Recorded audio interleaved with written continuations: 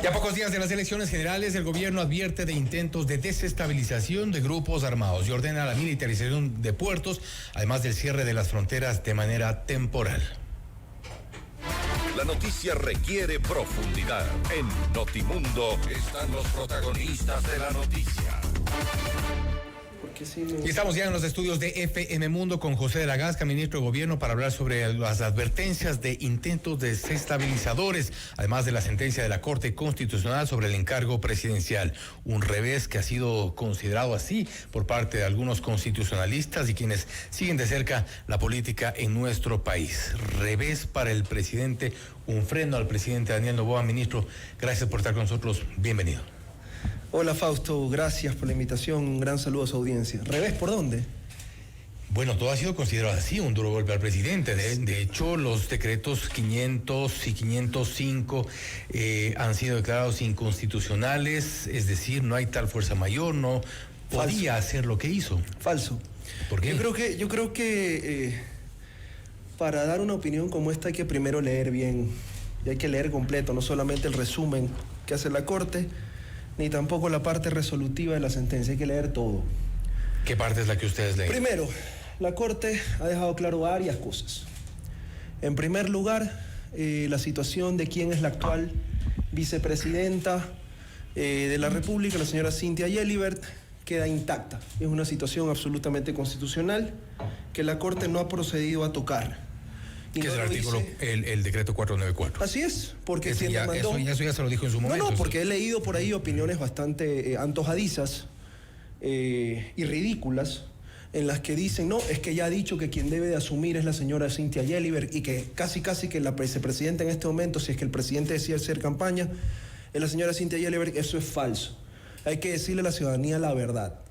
La Corte Constitucional, cuando analizó esta demanda, tenía en mente dos decretos ejecutivos, el 494 y el 500. Al momento de admitir a trámite, dejó bien claro, y lo tengo aquí, que eso no va a ser análisis de la Corte porque es un acto administrativo con efectos individuales que no es de competencia de la Corte. No se mete a decir más. Por ende, esa situación queda zanjada. Segundo, es que no ha habido tal fuerza mayor, inclusive lo acabé de escuchar a usted. No, la Corte ni siquiera ha dicho eso. La Corte lo que ha dicho, y lo podemos ver, es que eso tampoco entran ellos a analizar y que no pueden entrar a analizarlo porque esto se trata de un acto administrativo con efectos generales. En este caso lo define como sui generis, que tiene dos dimensiones, lo menciona, y no compete entrar a analizar el caso concreto del decreto ejecutivo 500 o del 505, que lo va arrastrando porque dice que tiene efectos jurídicos a futuro, que supervive, entonces lo va cogiendo. No menciona eso.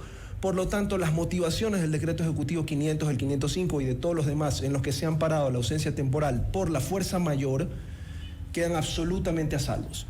Lo que ha dicho la Corte, y esto es claro que lo sepan. La Corte ha dicho, y me voy a referir al numeral 45, usted también se está refiriendo a otros de los numerales, hemos revisado algunos, de modo que la causal de fuerza mayor no se configura por la sola emisión de un decreto ejecutivo. Eso es muy diferente de decir que no procede la fuerza mayor. Lo invito a leer lo que dice en líneas más abajo. De tal manera que, según ha determinado la Corte, su existencia real o ocurrencia está ligada a los hechos que la configuran y no a su mera declaración. Es decir, veamos las realidades, no quién lo dice, a través de un decreto ejecutivo. Por consiguiente, dentro del control abstracto de constitucionalidad, no corresponde, y subrayo, no corresponde a esta Corte calificar la existencia o no de las circunstancias fácticas de fuerza mayor alegadas por el presidente. ¿Cuál es la parte resolutiva? Claro, la parte resolutiva, y voy a explicar esa parte también, tiene que ver con la inconstitucionalidad del decreto, del artículo 1 propiamente, del decreto 500 y el decreto 505. Y es porque la Corte lo que observa es un tema meramente formal. Yo no sé por qué han salido, y por eso es que a mí la verdad es que este debate me parecía inocuo. Porque decían, es que la Corte va a salir a arreglar la patria y la institucionalidad. Y habían algunos que se rasgaban las camisetas y toda la cosa del derecho, de la institucionalidad. No es así. La Corte lo que ha dicho es, mire, la presidencia como tal no se debe encargar si ocurre una fuerza mayor o una circunstancia de ausencia temporal. Eso ya ocurre automática e inmediatamente. Esa es una situación, lo califica la Corte. ¿Insisten entonces ustedes en que la campaña electoral es una fuerza mayor? ¿Qué significa? No, ni siquiera eso se ha metido a analizar la Corte. ¿Qué significa? Que verificada la circunstancia de fuerza mayor, que la califica el presidente, no necesita ser decreto ejecutivo, sino que inmediatamente y automáticamente, lo dice la Corte, quien debe asumir es la señora Cynthia Yeliber. Entonces, lo que ha calificado la Corte, es decir, no debiste haber hecho un decreto ejecutivo porque eso ya ocurrió en pleno derecho. Exacto, para encargar. Y yo aquí quiero mostrarle, porque por ahí salieron algunos opinadores que definitivamente leen con intereses políticos. Pero serían la gran mayoría de Decreto ejecutivo 1415. Cualquiera puede repetir cualquier cosa. Yo hablo con documentos. 1415 de Rafael Correa Delgado, presidente constitucional de la República. Esto es del 14 de enero del 2013. Decreto ejecutivo, no lo voy a leer completo, pero la parte pertinente. Decreta. Artículo 1. Encargar la presidencia de la República al señor licenciado Lenín Moreno Garcés, vicepresidente constitucional de la República, en razón de que haré uso de la licencia concedida por la Asamblea Nacional del 15 de enero al 14 de febrero del 2013. ¿Cuál es el verbo que utiliza y cuál es la acción? Encargar. ¿Qué dijo la Corte entonces? No dijo absolutamente nada. Corte de bolsillo quizás. Esta es una corte mucho más... Dice allí. No. Esa es la razón por la cual encarga. ¿Y cuál es la razón por la cual encarga? Acá por la fuerza mayor. Son cosas difíciles. Usted tiene que entender. Para que se pueda producir la ausencia temporal, hay 3 causales. ¿Cuál es la fuerza mayor acá? La fuerza mayor es lo que hemos venido alegando en cada uno de los decretos que ha sido diferente. Por ejemplo, en el primero, lo que decíamos es, va a haber un problema porque si el presidente no se despoja de esa condición de presidente, a pesar de que es su obligación cumplirla, pero permítame hablar, y ejerce una campaña o está simplemente haciendo un acto de gobierno con lo que pasó después de que se intentaron dar este golpe de Estado en 2 tiempos y que fueron los simpatizantes de Daniel Noboa fuera del Palacio en un acto que yo lo pude presenciar, fue completamente espontáneo el presidente por un tema de cortesía y por un tema de condescendencia con la gente que se había dado cita, fue y salió, saludó, habló 2 minutos y eso ya lo tomaron como un acto de proselitismo justo el día del inicio de la campaña, empezaron a decir un montón de cosas, denuncias van, denuncias vienen, inclusive motivó un pronunciamiento del Consejo Nacional Electoral. Entonces, para evitar estas suspicacias y para evitar estos problemas, porque él necesariamente tiene que gobernar y además tiene el sombrero de candidato, vamos a despojarnos de la presidencia, ¿cómo? Encargando la presidencia a la señora Cynthia Yeliber. Y eso es lo que la Corte dice, no puede usted encargar la presidencia. Si ya operó la fuerza mayor, entonces eso opera de pleno derecho y no es necesario hacer el encargo. Perfecto. Entonces nosotros, respetuosos de lo que dice la Corte, sabremos actuar en cumplimiento de esta sentencia. Pero otra cosa más que ha dicho la Corte. Para los que decían, no, es que ¿qué ha dicho la Corte hay una violación en este artículo 146 de la Constitución? ¿Qué es lo que dice la Corte? Párrafo 39. Respecto del famoso artículo 93 con el que pretendían estirar este argumento de que era obligatoria la licencia para el presidente, en este caso, que no lo es por propio mandato de la Corte desde un fallo del año 2010. Dice, al respecto a esta Corte, no le corresponde pronunciarse sobre la existencia de presuntas infracciones electorales, cuestión que es de competencia exclusiva del Tribunal Contencioso Electoral, toda vez que el ejercicio del control abstracto de constitucionalidad está delimitado a la tarea de contrastar las disposiciones impugnadas con la Constitución.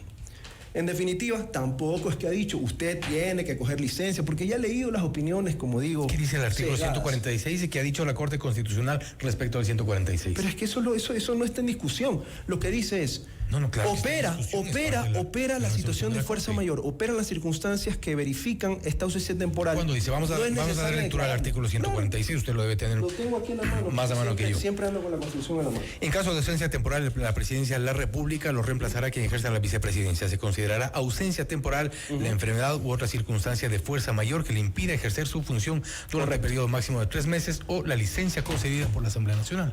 Ajá. ¿Cuál es la pregunta? Entonces, la fuerza mayor. Ya le he explicado cuál es, por ejemplo, segundo decreto, el 505. Tenía que el presidente acudir al debate. ¿Qué iba a hacer en medio del debate? ¿Eso era impredecible o irresistible? Por supuesto, porque está ejerciendo un derecho. Si la campaña está desde así. No, Fausto, aquí hay que entender una cosa. Estamos en una situación atípica después de lo que pasó con la muerte cruzada. Y aquí ya hay fundamentos... No, pero espérese. El presidente ha decidido ejercer su derecho a ser elegido, pero también tiene la obligación de responder al mandato popular, a la obligación popular de gobernar. Tiene esos 2 sombreros como yo lo he definido. ¿Qué sucede? No está obligado a tomar licencia porque no aplica el artículo 93. Inclusive yo me atrevo a poner en duda y a cuestionar, como lo he visto por constitucionalistas bastante serios, la constitucionalidad del artículo 93. No tienen la obligación. Pero sin embargo hay disposiciones legales en el Código de la Democracia que sí podrían constituir infracciones electorales, como por ejemplo el uso de los recursos públicos y demás.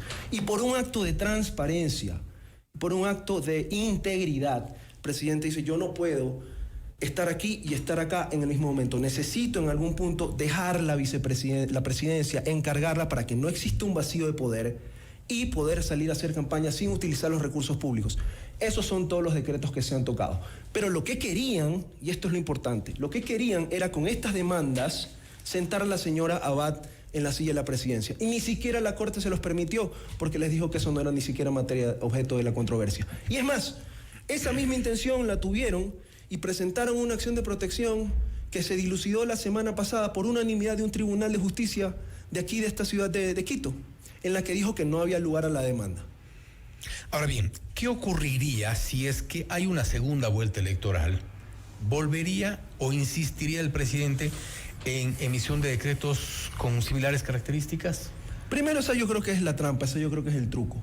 Tratar de pensar o hacer pensar a la ciudadanía que esto puede llegar o va a llegar a una segunda vuelta electoral. Y segundo, lo que nosotros siempre imaginamos que hemos dicho, no lo haría porque ya la Corte le ha dicho. Permítame, no.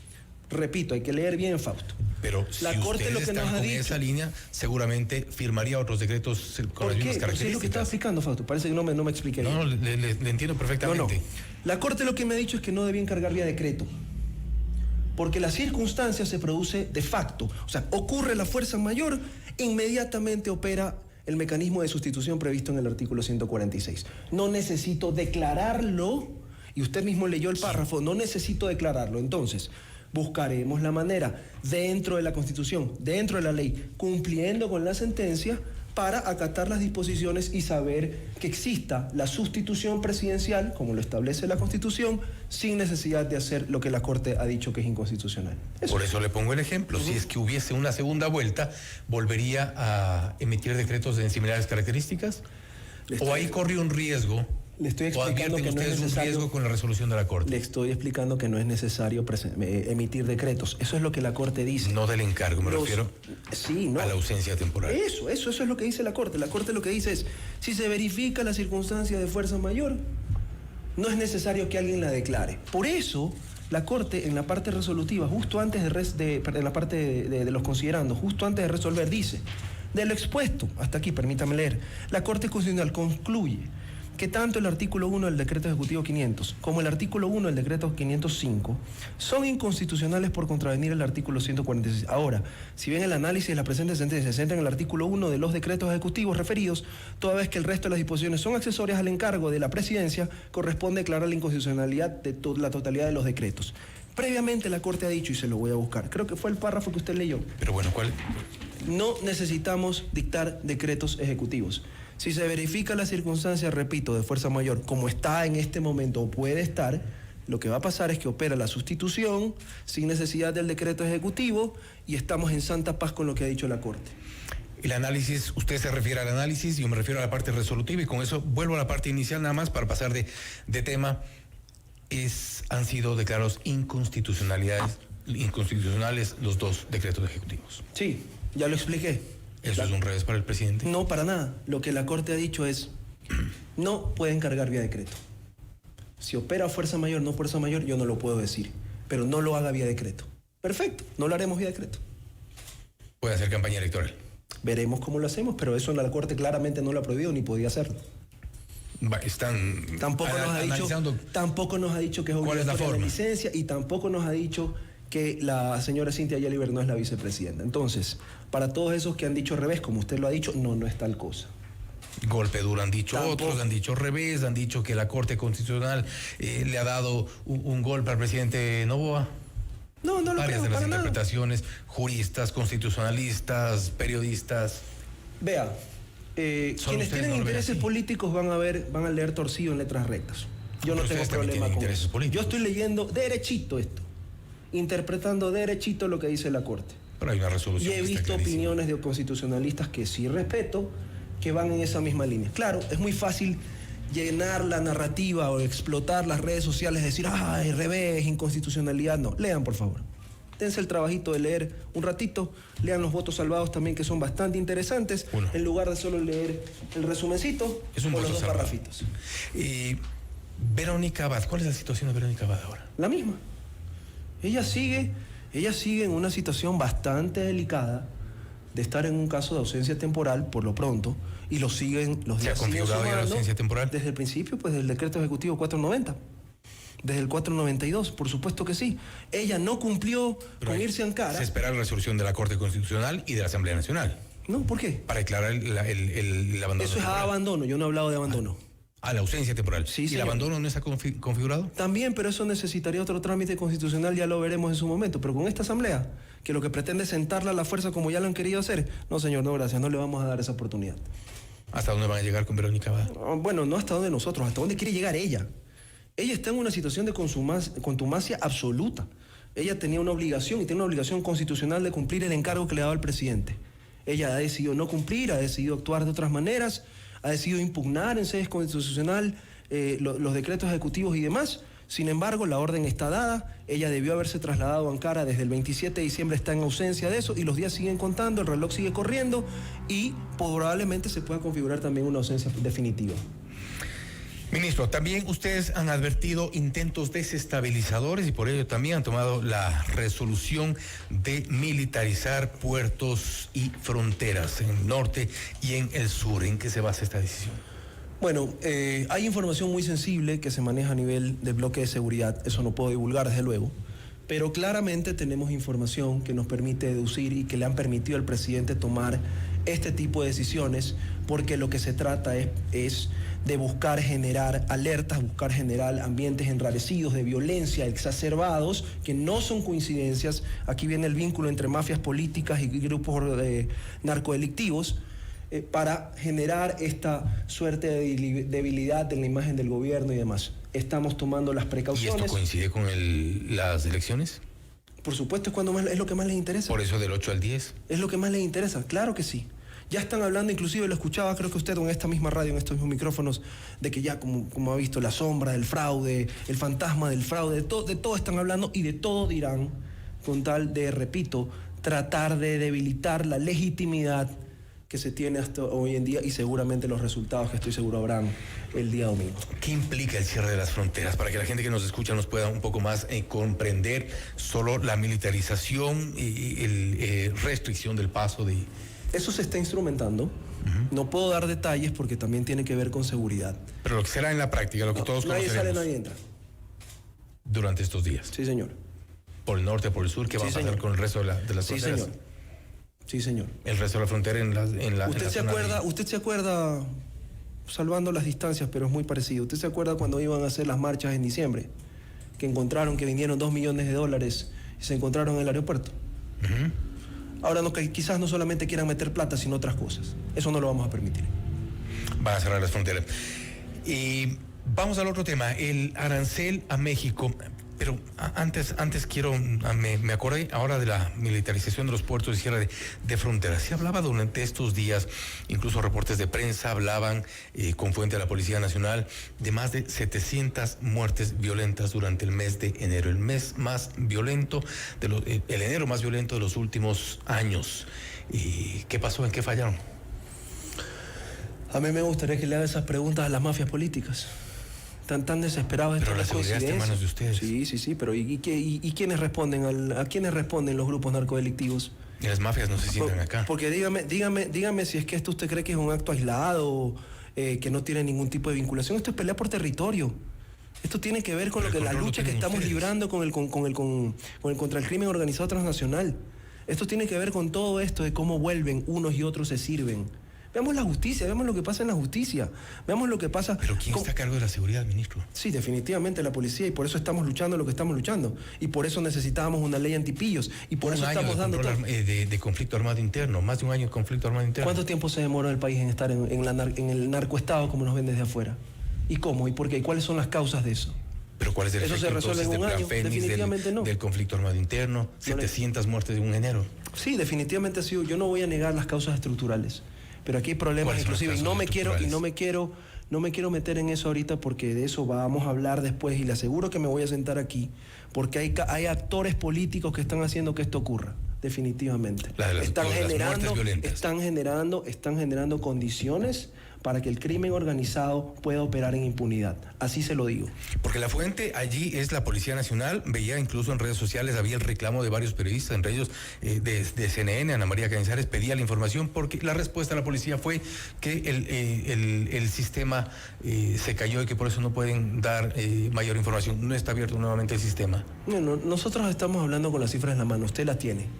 La transparencia absoluta, no estamos ocultando cifras. Ha sido un mes difícil, lamentablemente. Pero se cayó el sistema de la policía. Hay muchas otras cosas que se caen, hay muchas otras cosas que se caen, menos la voluntad de este gobierno por seguir enfrentando esto. ¿Casualidad nada más? No son casualidades ni coincidencias, esto lo hacen a propósito.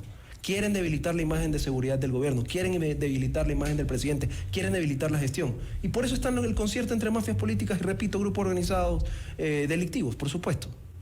Pero ¿ha sido entonces, ustedes decían que era un éxito el Plan Fénix?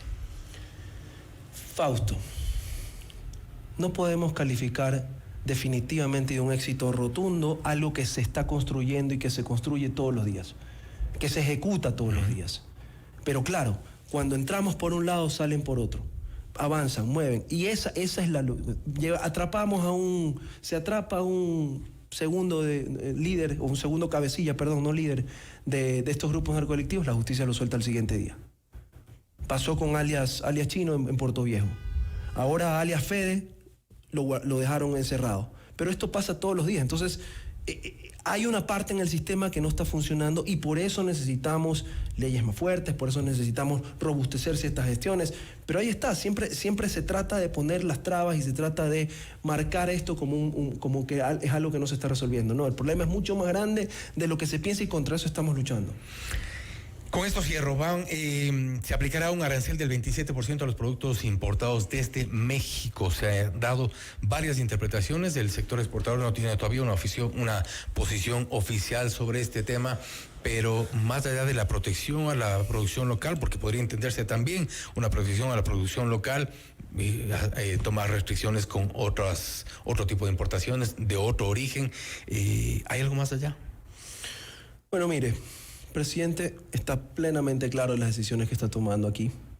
Yo creo que las condiciones para un acuerdo comercial han estado bastante irreales en algunos casos, no por voluntad del Ecuador. Yo creo que entonces es una retaliación también. No sé, pero nos hemos puesto también estrictos, porque hay tiempos que respetar y hay condiciones que hacer respetar. Y yo entiendo que no eran favorables para el Ecuador, sobre todo le pongo el ejemplo del camarón. Pero aquí de lo que se trata es buscar sentarnos a la mesa en una situación en la que esto sea operativo para ellos y conveniente para ellos y sobre todo también para nosotros. Aquí no se puede que tomamos nosotros una iniciativa, se negocia un tipo de acuerdo, de allá nos ponen a esperar, nos empiezan a diluir y el tiempo sigue pasando. No, ahí están las decisiones. ¿Es un ejercicio de presión entonces? No, es un ejercicio de gobierno, de soberanía, que tiene que ver con respetar también nuestras condiciones comerciales. ¿Hasta cuándo el arancel?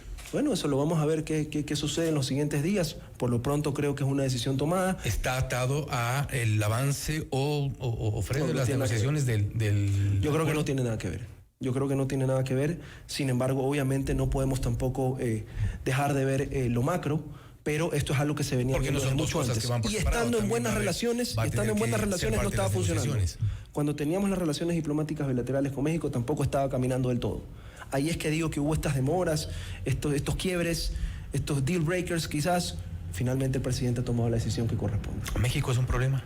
No, para nada. México es un pueblo hermano que queremos mucho y sabremos tomar los caminos en algún punto cuando las condiciones estén viables para retomar las relaciones. Por supuesto, siempre estamos abiertos al diálogo. Ministro, gracias por estar con nosotros nuevamente. José de Agasca, ministro de Gobierno, ha estado con nosotros acá en los estudios de FM Mundo hablando sobre varios temas relacionados al acontecer nacional. Uno de ellos, la declaratoria de inconstitucionalidad de los decretos 500 y 505 por parte de la Corte Constitucional, además de los aranceles impuestos a México y la militarización de puertos y fronteras, el norte y en el sur, del 8 al 10 de febrero. Esto es Notimundo Estelar, siempre bien informados. Objetividad y credibilidad. Notimundo Estelar. Estelar, con María del Carmen Álvarez y Fausto Yepes. Regresa enseguida.